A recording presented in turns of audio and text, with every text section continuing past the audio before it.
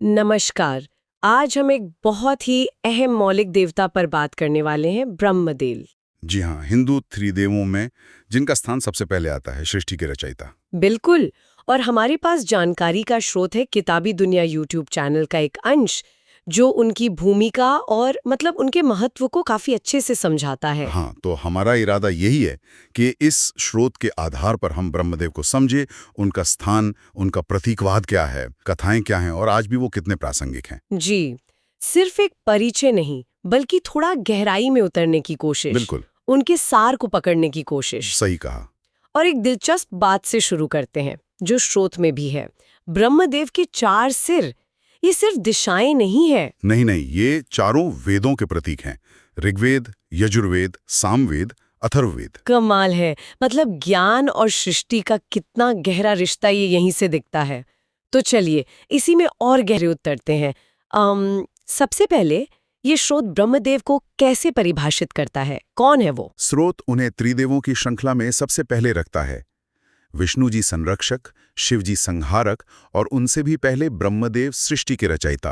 अच्छा। इस वीडियो अंश के अनुसार वही हैं जिन्होंने ब्रह्मांड, जीवन, समय और यहाँ तक कि कर्म के सिद्धांत की भी शुरुआत की। मतलब वो पहला बिंदु जहाँ से सब कुछ शुरू हुआ। सब कुछ की शुरुआत, ये तो मतलब बहुत ही बड़ी अवधारणा है। क्या उनका जो रूप हम देखते हैं उसमें भी इतने गहरे अर्थ हैं? प्रतीकवाद पर क्या कहता है स्रोत? हाँ हाँ बिल्कुल। स्रोत उनके प्रतीकवाद पर काफी विस्तार से बात करता है। जैसे आपने कहा 4 सिर, ये चारों वेद हैं और ये भी दिखाते हैं कि ज्ञान सार्वभौमिक है, हर दिशा में फैला हुआ है। ये सिर्फ दिशा या ज्ञान तक ही सीमित नहीं होगा, है ना? स्रोत उनके कमल पर बैठने का भी जिक्र करता है। उसका क्या खास मतलब बताया गया है? हाँ, कमल का प्रतीकवाद बहुत सुंदर है।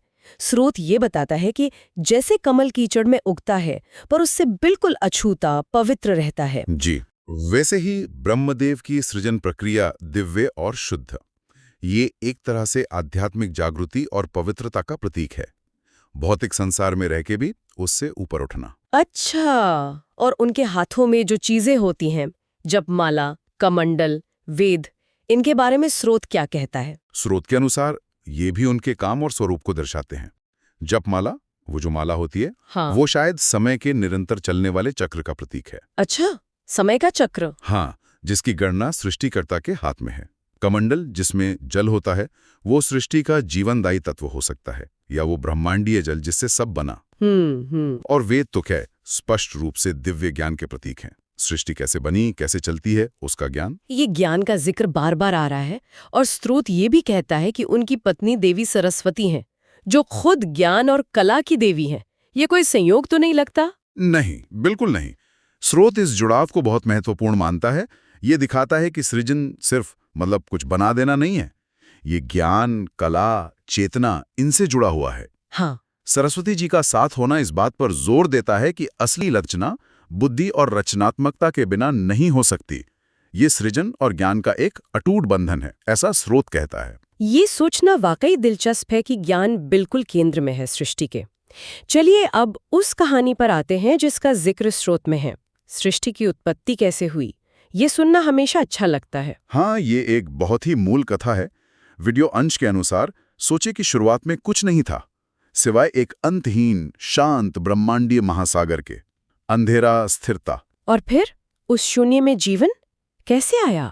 स्रोत बताता है कि उसी महासागर में शेषनाग पर लेटे हुए भगवान विष्णु की नाभि से एक दिव्य कमल खिला।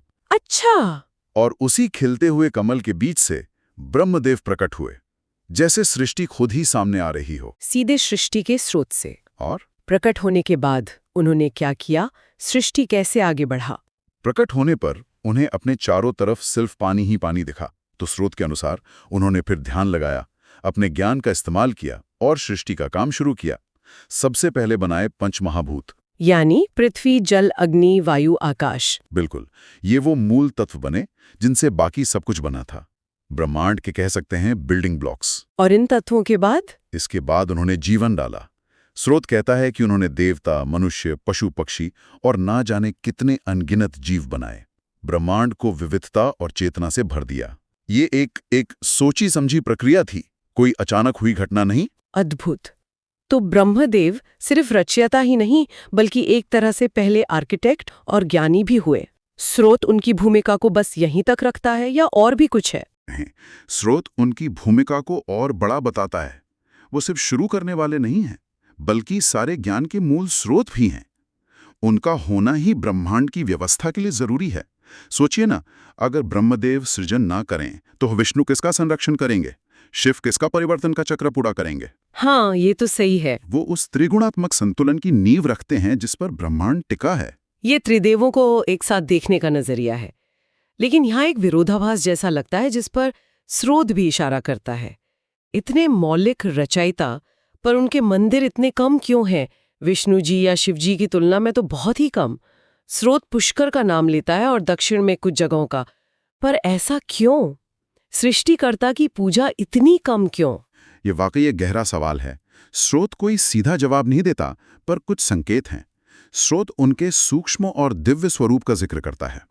तो एक विचार ये उभरता है जो स्रोत के इस कथन से थोड़ा जुड़ता है कि शायद उनकी भूमिका इतनी आधारभूत है, इतनी फैली हुई है सृष्टि के कण-कण में, कि उसे किसी एक मूर्ति या मंदिर में बांधना शायद उतना स्वाभाविक ना लगे। अच्छा, उनका मुख्य काम यानी सृष्टि वो तो हो चुका। अब शायद ध्यान वर्तमान के संचालकों पर ज्यादा है, संरक्षण यानी विष्णु और परिवर्तन यानी शिव। स्रोत हमें बाहरी सिद्धांतों में जाने से रोकता है, पर इस सोचने पर मजबूर करता है कि शायद उनकी पूजा इसलिए कम होती है क्योंकि उनका काम इतना फंडामेंटल है कि वो हमारी रोजमर्रा की चेतना में शायद उस तरह नहीं रहता। ये दिलचस्प है कि जो सबसे ज्यादा बुनियादी है वही शायद सबसे ज्यादा नजरअंदाज हो जाता है। क्या उनसे जुड़ने के लिए स्रोत किसी मंत्र या अनुष्ठान का जिक्र करता है? हाँ, स्रोत एक खास ब्रह्म गायत्री मंत्र बताता है। ज्ञान और स्पष्टता के लिए इसे बहुत शक्तिशाली माना गया है। मैं उसे पढ़ता हूं जैसा स्रोत में दिया है। ओम वेदविद ब्रह्माय विद्महे सदा सर्व विद्याये धीमहि तन्नो ब्रह्म प्रचोदयात्। और इसका अर्थ क्या समझाया गया है स्रोत में? इसका सरल अर्थ है, स्रोत के अनुसार हम वेदों के ज्ञाता हमेशा सभी विद्याओं के स्रोत ब्रह्म का ध्यान करते हैं। वो ब्रह्मदेव हमारी बुद्धि को प्रेरित करें, उसे प्रकाशित करें। मूल रूप से ये ज्ञान, समझ और रचनात्मक प्रेरणा के लिए प्रार्थना है। ये तो खासकर उन लोगों के लिए बहुत प्रासंगिक लगता है जो मतलब कुछ सीख रहे हैं या किसी क्रिएटिव काम में लगे हैं। क्या स्रोत इसके फायदे भी बताता है? जी हाँ, वीडियो अंश कहता है कि पूरी श्रद्धा से इसका जाप करने से ज्ञान पाने में मदद मिलती है, रचनात्मकता बढ़ती है, बुद्धि तेज होती है। ये खासकर स्टूडेंट्स, आर्टिस्ट्स, राइटर्स या कोई भी नया काम शुरू करने वालों के लिए फायदेमंद बताया गया है। क्या ब्रह्मदेव से जुड़े कोई त्योहार या खास पूजा के तरीके भी बताए गए हैं? स्रोत ब्रह्म जयंती का छोटा सा उल्लेख करता है, जो कहीं-कहीं उनके प्रकट होने के दिन के तौर पर मनाया जाता है। इस दिन भक्त जहां मंदिर हैं, कमल के फूल चढ़ाते हैं, प्रार्थना करते हैं, वैदिक मंत्र पढ़ते हैं। अच्छा, पर मंदिर कम होने के बावजूद स्रोत ये भी सुझाता है कि कोई भी नया काम, खासकर पढ़ाई या कला से जुड़ा काम शुरू करने से पहले ब्रह्मदेव को याद करना या उनके मंत्र का जाप करना शुभ और सहायक होता है। ये एक तरह से काम की नींव को ज्ञान से भरने जैसा है। तो इसका मतलब ये हुआ कि ब्रह्मदेव की अवधारणा सिर्फ पुरानी कथाओं या मंत्रों तक ही नहीं है, बल्कि आज की जिंदगी में भी उसका कोई मतलब है। बिल्कुल, स्रोत इस जुड़ाव को बहुत अच्छे से सामने रखता है। ब्रह्मदेव आज के समय में रचनात्मकता, नई चीजें सीखने की प्रक्रिया और किसी भी काम को सोच समझकर एक साफ इरादे और ज्ञान के साथ शुरू करने के महत्व का प्रतीक हैं। हाँ, जब हम कोई नया प्रोजेक्ट लेते हैं, कोई नई स्किल सीखते हैं या जिंदगी में कोई नया चैप्टर शुरू करते हैं, तो ब्रह्मदेव की ऊर्जा, वो पहली क्रिएटिव स्पार्क, वो स्पष्टता, उसका आवाहन करना स्रोत के अनुसार बहुत मायने रखता है। हाँ, जैसे स्रोत कहता है, नए प्रोजेक्ट या पढ़ाई की शुरुआत में स्पष्टता और ज्ञान के लिए उनको याद करना, ये सिर्फ एक धार्मिक क्रिया नहीं, बल्कि अपने इरादों को मजबूत करने का एक मानसिक तरीका भी हो सकता है। और स्रोत बात को एक कदम और आगे ले जाता है। वो ये निष्कर्ष निकालता है कि सृजन सिर्फ एक बार ब्रह्मांड बनाने का काम नहीं था, ये एक निरंतर चलने वाली प्रक्रिया है। हम सब भी एक तरह से अपने जीवन के रचयिता हैं। अच्छा, हाँ, ब्रह्मदेव का सिद्धांत हमें याद दिलाता है कि हम अपने जीवन को उद्देश्य, ज्ञान, सीखने की इच्छा और समर्पण से भर सकते हैं। ये हमें अपने जिंदगी को सचेत रूप से बनाने की प्रेरणा देता है। तो मतलब सृजन की शक्ति सिर्फ देवताओं में नहीं, बल्कि हमारे रोज के चुनावों, हमारे सीखने, हमारे कर्मों में भी है। बिल्कुल, स्रोत इसी व्यक्तिगत सृजनशीलता की तरफ इशारा करता है। हम अपने विचारों, कर्मों और ज्ञान से लगातार अपनी सच्चाई बना रहे हैं। ब्रह्मदेव का तत्व हमें इसे ज्यादा जागरूकता और समझदारी से करने के लिए प्रेरित करता है। ठीक है, तो इस पूरी चर्चा को समेटते हैं। हाँ। हमने किताबी दुनिया वीडियो के अंश के आधार पर समझा कि ब्रह्मदेव त्रिदेवों में सृष्टि के मूल रचयिता हैं। जी। उनके 4 सिर, कमल आसन, हाथों की वस्तुएं, ये सब गहरे प्रतीक हैं जो ज्ञान, पवित्रता, समय और सृष्टि के मूल तत्वों को दर्शाते हैं। हमने सृष्टि की वो रोचक कहानी सुनी, कैसे वो विष्णु जी की नाभि कमल से आए और फिर तत्व और जीव बनाए, और ये भी देखा कि कैसे सृष्टि और ज्ञान देवी सरस्वती के जरिए एक दूसरे से जुड़े हुए हैं, जैसा स्रोत बताता है। हमने इस दिलचस्प सवाल पर भी सोचा कि सृष्टिकर्ता होते हुए भी उनके मंदिर इतने कम क्यों हैं, और स्रोत के अनुसार इसका एक संभावित संबंध उनके सूक्ष्म सर्वव्यापी स्वरूप से हो सकता है। हाँ, और ब्रह्म गायत्री मंत्र और ब्रह्म जयंती जैसे अनुष्ठान ज्ञान और नई शुरुआत के लिए उनका आवाहन करने के तरीके हैं। और आखिर में हमने उनकी आज की प्रासंगिकता को समझा, कैसे वो आज भी रचनात्मकता, ज्ञान और किसी भी नए काम की सोची समझी शुरुआत के प्रतीक हैं। और कैसे सृजन की अवधारणा हमारे अपने जीवन को उद्देश्यपूर्ण ढंग से जीने पर भी लागू होती है।